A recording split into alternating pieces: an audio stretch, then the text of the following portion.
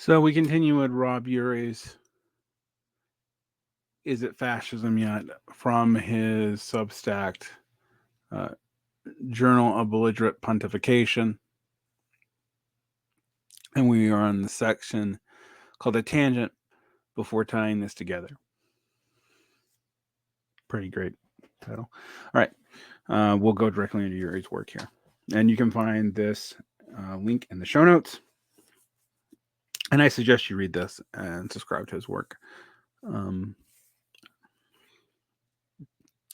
in the prior episode, I had some criticism of some of his sources, but not his arguments, and then some wish that we were to contextualize this in a broader spectrum than just the US, but that his essential argument that fascism actually has as much continuities with other existing politics, including American and British politics, should probably make people uncomfortable. Because I think it's fundamentally correct. Unfortunately, the reason why it doesn't happen here is because our context would make it look different. All right. With apologies for getting personal, this is Yuri speaking. My own story is relevant here. 7 years ago, my spouse and I rebuilt, as in did the work, an abandoned house in a poor and working class, majority black, 98% neighborhood in northeastern U.S. Went to lengths to assure that we weren't gentrifying. 90% of the surrounding homes are Section 8. When we arrived, mass shootings were common. For 5 of these 7 years, conditions improved and violence abated. Beginning 2 years ago, the gunfire returned. Beginning 6 months ago, the murders returned. And now now we are regularly treated to returning gun battles immediately in front of and behind our house. Asterisk. It does look like in a lot of cities, particularly a lot of ones in industrial areas that have been left behind, places that were particularly hard hit by deindustrialization in the 80s, where this is hit again. The poorest areas of even developed and rich cities, such as Skid Row in LA, or certain neighborhoods in New York, have been left completely behind.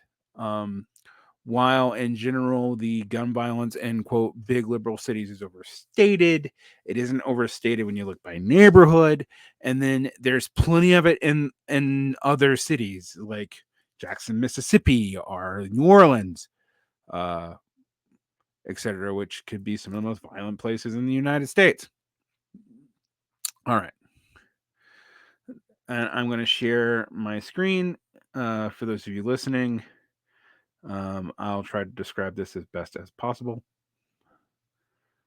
What we're going to be looking at here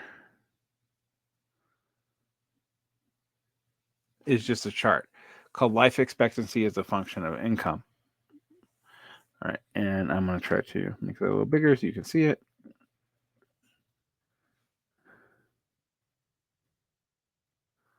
And this is actually in the article.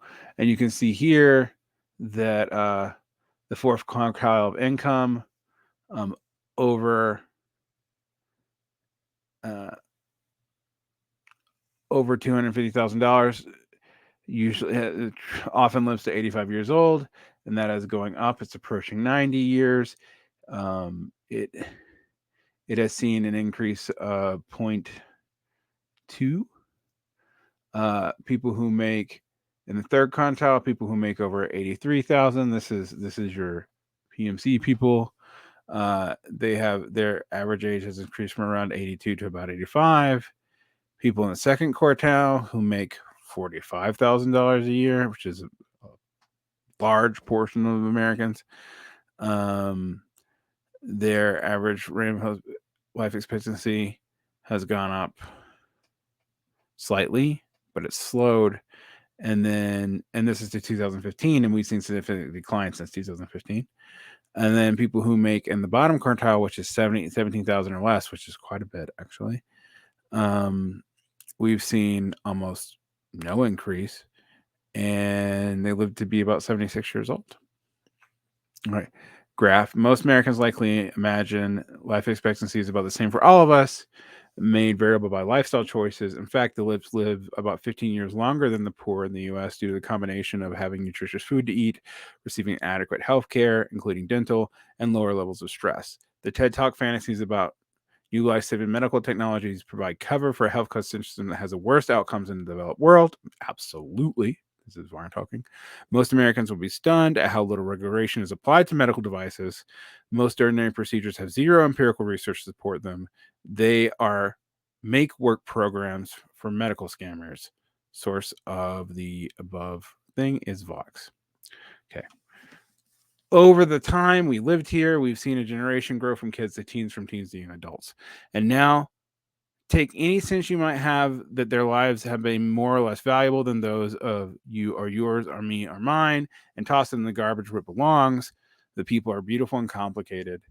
The adult men share 99% of the views, call it class view with their white counterparts. They want social prestige, decent employment, and they want their kids to do well. The difference is, due to this region having been intentionally deindustrialized in the 1960s and 70s, the kids face a black hole when it comes to what to do after high school. While racism is usually called upon to explain the bleak pictures that these children face, a preponderance of people keeping the city poor proudly, loudly, and repeatedly call themselves anti-racist. Leaders of the nearest religious community recently set up an illegal SRO, single room occupancy, in the house two down from ours, where they placed 15 special needs residents in a 5-bathroom house with a single and a 5-bedroom house with a single bathroom. The residents each paid $1,600 a month. That's 15 times 16, which equals $24,000 a month for the privilege. When rain poured through the ceiling and the toilet stopped flushing, the residents called the code office and were summarily evicted. I make it practice to speak with the homeless people when they can be so identified to learn their stories. I've recently engaged a homeless man around 30 years old with a welder's license who lost his job, was evicted, and now lives in his car with his pregnant wife. Another friend sleeps in the cemetery during the summer and takes jobs where he can find them. He begged for me to help him find full-time employment, but without a telephone or an address or any realistic way of faking these to get him a job, there is little I can do. I recently had to talk to another friend who was despondent because he couldn't find a job uh, out of killing himself 3 times over 3 months. He is a car and motorcycle mechanic. The auto industry is being devastated right now, by the way, but for wide reasons beyond the scope of me talking about that. But mechanics are actually having a pretty hard time of it. And I think this has to be kind of looked at because of their increasing pedobourgeoisification. I can talk more about that. In fact, I'm going to do a whole show about that when Nicholas Villarreal. But nonetheless, you should really think about it. The point is that the liberal distinction between passive and active violence makes more sense to the well-to-do than to the poor. If the world doesn't owe us living, then why is the percentage of class? Some people are born with the living provided, while most aren't. Those who aren't face exponentially higher levels of explicit violence than those who are. The levels of implicit violence, hunger, homelessness, and social exclusion that the unemployment causes places the U.S. in 2023 in a special category amongst risk nations. We are dying needlessly by the thousands, and now we were dying needlessly by the thousands. Now we are dying needlessly by the millions. While it is possible to racialize just about anything, my neighbors certainly do, there are rational economic explanations for almost all the bad behavior I'm writing about here. When a slumlord can buy a house for $75K and illegally rent it out for $24,000 a month, they earn 32% per month of their initial investment. And what precisely does the term earn mean here? Once the house has been purchased, very little more is required of the slumlord than to collect rent. To the extent that maintenance is required, it is neighbors who do it, or it doesn't get done. So when my liberal friends speak of their fears of fascist violence, I don't disagree with their concerns, but consider poor people live 15,000 years fewer than rich people in the US, see above graph. Poor people tend to live in food deserts where nutritious food is unavailable. Many of my neighbors have been refused by doctors who won't take their health insurance. Obamacare requires an address, a telephone number, a computer, internet access, and spreadsheet skills to choose a policy on which premiums must be paid, but coverage remains at the whim of insurers. What are the inconveniences for those with resources? Are life and death struggles for the poor? So, if this reads like an NGO boilerplate for some scam to open rat farms in poor neighborhoods, you might have a point. if it weren't for the systemic nature of the problem. Having spent 25 years using math and statistics to perform economic research, the number of Americans dying from preventable illnesses, so-called excess deaths, has been at genocide levels since the onset of the Great Recession. The term genocide here would be inflammatory if it had no basis, but it does. Large numbers of people who aren't random throughout the population, they are poor. And you see the change in life expectancy in this graph. And I'll read Urie's explanation. Life expectancy at birth and mostly inclusive measure of expected longevity. From 1950 to 1980, life expectancy rose for both the benchmark, Canada, Australia, Canada, France, Germany, UK, and for the US. In the mid 1980s, US experienced a slower rise than the benchmark nations, representing increased relative excess deaths in the US. Passage of the ACA, colloquially known as Obamacare, did nothing to reverse this trend. Asterisk, as I said at the time would happen. On asterisk. That's foreign talking. I'm really mad about liberals not looking at Obamacare for what it was. The only good thing that came out of it was the removal of pre-existing conditions. And it was correlated with the healthcare system meltdown that saw 4 to 6 million excess deaths before the COVID-19 pandemic even hit. I want that to sink in with you. 2 years into the COVID, I mean, we lost 1 million.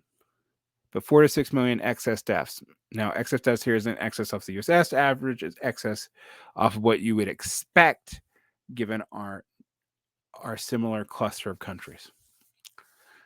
To save on suspense, it is overwhelming poor people who are dying. Source, Our World in Data. By grossing the excess death rate up for the size of the US population and depending on the starting point, I find that 4 to 6 million excess deaths in the US from the onset of the Great Recession to the onset of the COVID-19 pandemic. That is, before the COVID-19 pandemic struck in 2020, 4 to 6 million Americans died from preventable illness who wouldn't have if they lived in countries with a functioning healthcare system. These would be people who live in food deserts without employment prospects, who get sucked into drug trade where the violence is rife.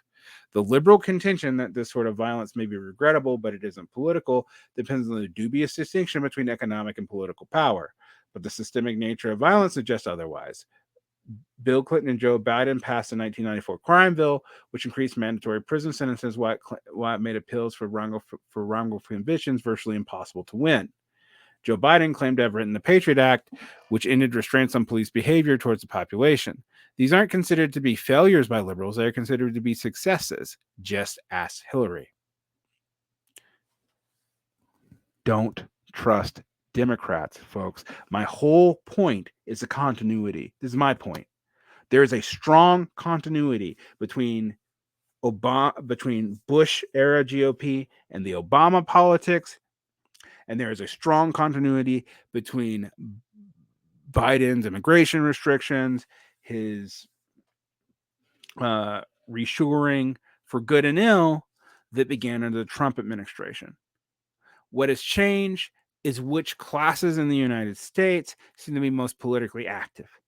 It is not actually a change in anything but the style of management and some of who is favored. But even that is actually somewhat scarily similar between the parties.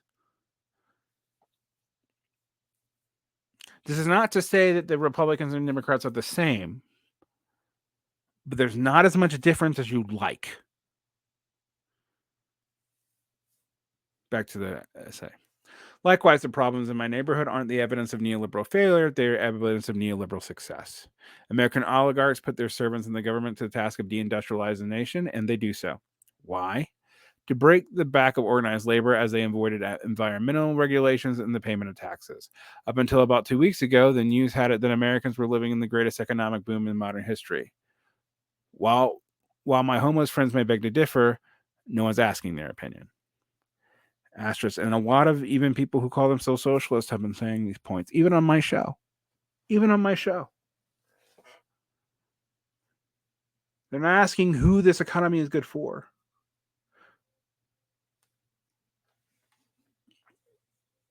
Yes, there's work. There's still a whole lot of fucking homeless people. Hell, a lot of homeless people now have jobs. You can't assume homeless people aren't employed anymore. But if they didn't have employment when they became homeless, they're likely to stay unemployed. Anyway, this is to write that the mass social misery and evidence the U.S. has bypassed the class that is creating it. The rich are doing better than they have since the 1920s. What is it that would make the current state of the nation an accident or somehow regrettable to the American ruling class? Joe Biden had an opportunity to do the right thing in his election in 2020, and he chose not to. If Biden really wanted to enact his agenda, why have Democrats systemically been replacing those who might support it with right wing and blue dog Democrats for the last 30 years? Fascists didn't create and pass and enact the 1994 crime bill. Liberal Democrats did. Fascists didn't create the Patriot Act. According to Biden, liberal Democrats did. Actually, it was bipartisan, but whatever. Donald Trump found himself on the wrong side of the Democrats' proxy war against Russia and Ukraine. He only played a minor part in the slaughter of 450 Ukrainian soldiers by agreeing to send American-made weapons there. Trump was derided for his inadequate COVID pandemic response until Biden and co. assumed his crony capitalist libertarian logic to create the worst response in the rich world. In fact, this is Varn talking. What surprises me is that aside from a few shows who talk about this, the Biden administration actually on the left got away with making it individual responsibility on dealing with the pandemic for the most part.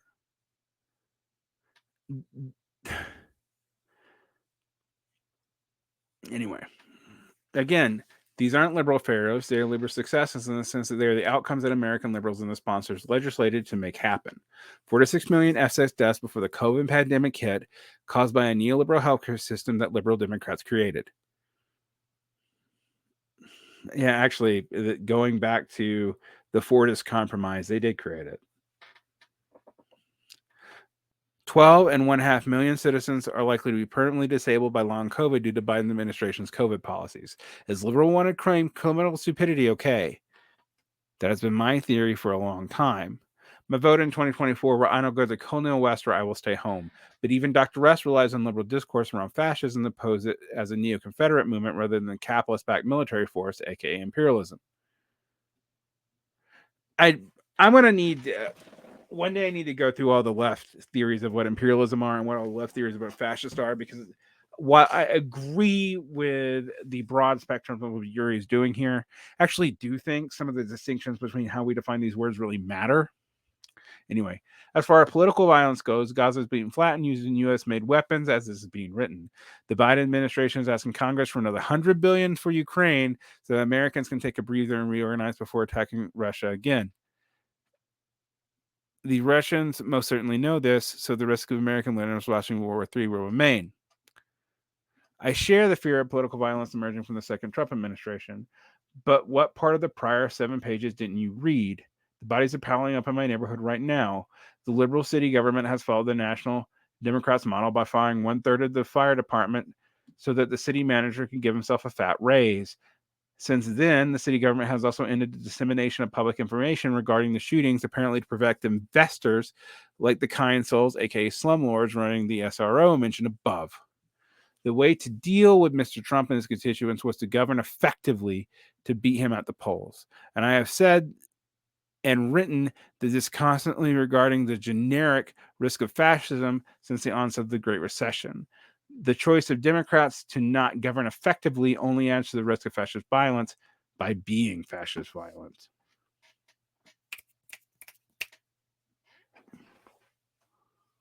The difference between the Weimar relationship to the German fascists and the liberal Democrats' relationship to Donald Trump and his supporters is that the latter aren't political competitors, except in the most anodyne sense.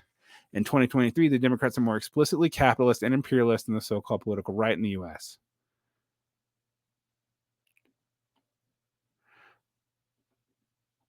I mean, they're all explicitly capitalist and imperialist. And that's the thing, right? Like, this is where I might disagree with Yuri. Is there is not, like, the public opinion of most publicly identified liberal Democrats and the public opinion of Trump supporters does not actually reflect their policies at all.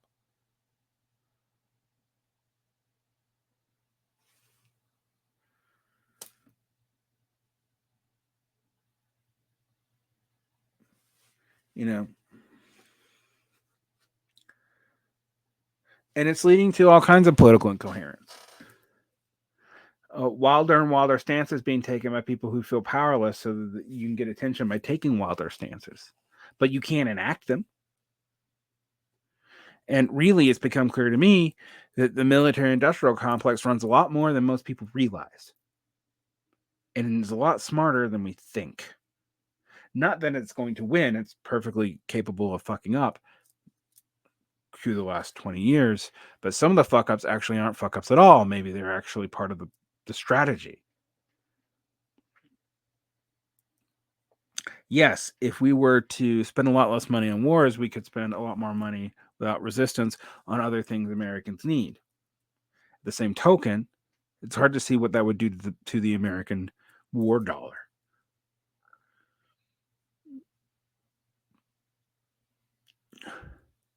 Controversially, and I'm going to say this, we live in a multipolar world where there are no clear hegemons to just fill in the same role that we have.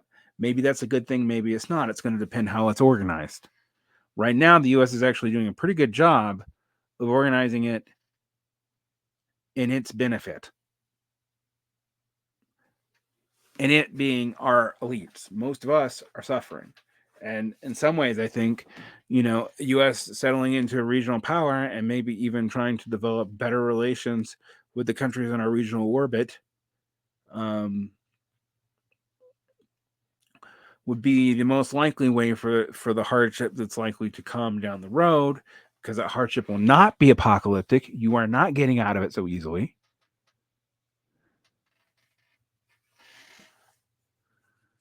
To slow down, but I don't know. I don't pretend to know anymore either.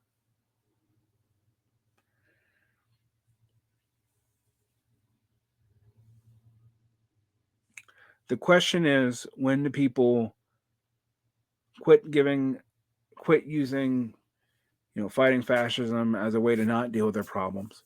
When do people project, politics that they cannot enact as a way to avoiding looking at reality?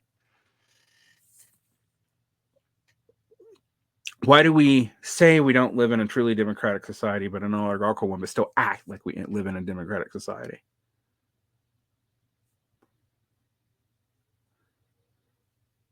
These are all questions you have to answer for yourself. I can't answer them for you. But I can tell you this.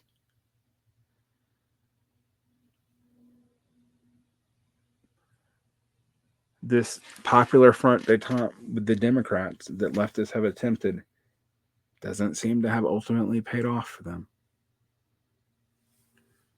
That's all I gotta say. Like and subscribe. Go read Rob Urie's Substack. Check out my show. There's a Patreon. We have Patreon plans starting at $3. You get all kinds of stuff for it. Have a good day.